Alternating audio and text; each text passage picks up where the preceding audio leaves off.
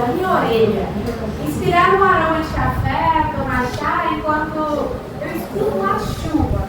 E ao mesmo tempo, sobe um olfato cheio de terra molhada. Água fervente com marrom, um cheiro marcante.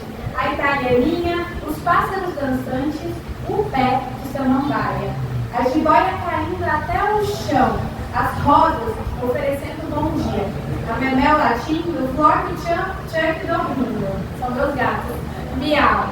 O suor de uma corrida, a sensação de morte, vida e morte. O coração existindo, gargalhadas reticenciadas. Meus dedos que não param de se movimentar.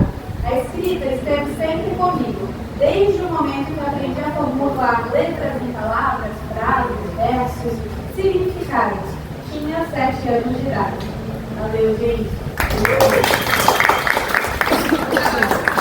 É de cura merda, né?